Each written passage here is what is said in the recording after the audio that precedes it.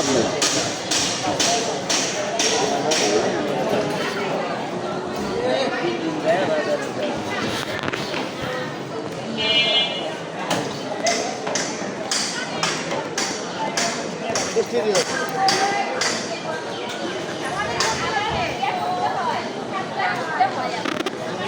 এই দোকানদারের কাছে সিগারেটের লাভ নেই, সত্য কথা কিন্তু এই কথাটাই কি বলবো, তুমি সিগারেটের লাভ নেই।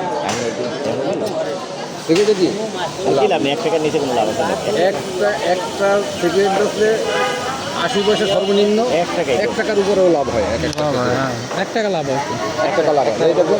না রে বাবা, এত লাভ নেই। বুঝলেন, আমি আপনার সামনে জিজ্ঞাসা করুন, লোকের এই পয়সা সকালবেলা সিগারেট একটা সিগারেটে যদি 1 টাকা লাভ করে, দৈনিক তো 5-10 প্যাকেট সিগারেটটাই নিয়ে গেছে। খুবই লাভ নেই। হ্যাঁ, লাভ নাই কোন না, এলাকার কিছু আছে না, ঘরের কিছু স্বভাব চরিত্র ফকির চরিত্র কিছু লোক আছে না, এলাকার মাস্তানা অর্থাৎ বাড়িতে যাই দেয় না, মায়ের দুপাইছে উপরে হাত তো দূরের কথা, 3 চালও নাই, আকাশ দেখা যায়, এইরকম কিছু পোলাপান আছে না? এক প্যাকেট সিগারেট দাও, দিতাছি করে 6 মাসের খবর নাই, টাকা দেন, তুই এখানে দোকানই করতে পারবি না, উঠতে যাও।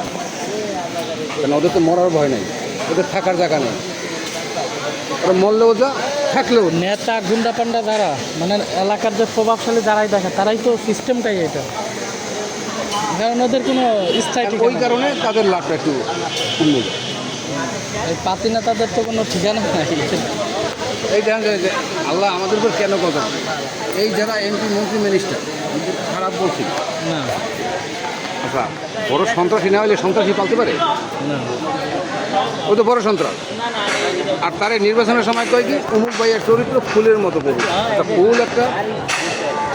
ফুলের অর্থাৎ নিষ্পাপ জিনিস, সেই ফুলের সাথে সমতুল্য করলো, তার পাপ হবে না, গুনাহ হবে না, সব হবে, কী হবে কি? তুমি 1 প্যাকেট সিগারেট পাইলে হ্যাঁ হারাম, সিগারেট খাও কি হারাম, হারাম জিনিস খাইয়া তুমি আর হারাম কামাই করো।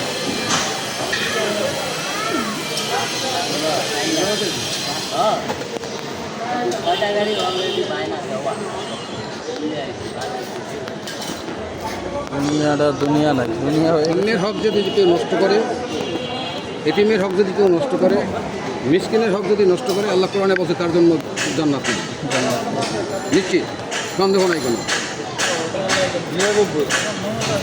আছে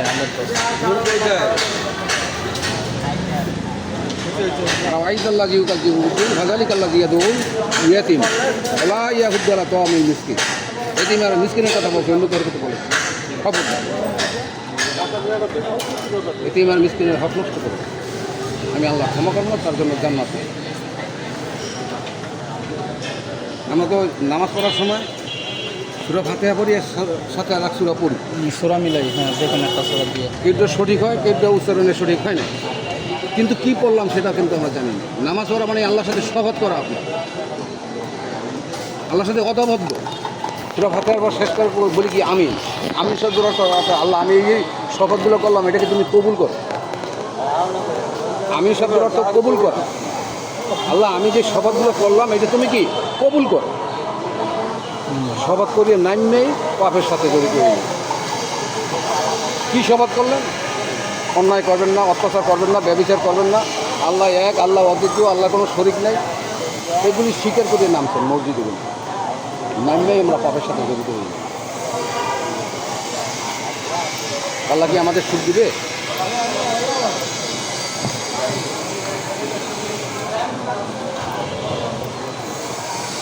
এই হোটেলে আগে কত করে দিত রোজ? 450 বা 500। ও এখানে পাইতে 500 টাকা, ওই কাজও করে নেই, সারিয়ে দিচ্ছে। কী কারণে স্যার? এই পেশা দরকার, ওদের যদি লাভ কম হয় তাহলে কি ওই পেশা থাকে এই পেশা দরকার? না, ব্যবসা তো বরকত দিচ্ছে, ব্যবসা দিলে বরকত দিচ্ছে আল্লাহ 10 আনা, আর সারা পৃথিবীর মধ্যে দিচ্ছে 6 আনা। আপনি ব্যবসাটাকে আল্লাহ হালাল করছে, আর এই ব্যবসা যদি আপনি অন্যায়ভাবে করেন, অর্থাৎ গলা কাটা ব্যবসা করেন, যেটাকে বলে কিছু মাল জিনিস কাটিয়া আপনি দেশের সংকট বাড়াই দিন। আমি কিনে রাখলাম একটা বাজারে একটা জিনিস উঠছে, আপনি সব কিনে রাখেন, আপনি টাকা পয়সার মালিক, কিনে বাজারে সংকট নাই নাই নাই, 1 টাকার মাল 10 টাকা দিলে আসে কোথা থেকে? এটা কি আল্লাহ হারাম করে? জবাব দিতে হবে। তুমি একা সব কিনে রাখলা আর একজনের কিনে দিলা না, দাম বাড়াইয়া দিলা, যার পরিবার নিয়ে সুখে শান্তিতে থাকতো খাইতো, সেটা খাইতে পারলো না। 10 টাকা একটা জিনিস কিন্তু 10টা, এখন একটাও পাইতেছে না 10 টাকা, বাকি 9টা তো বাকি রয়ে গেল।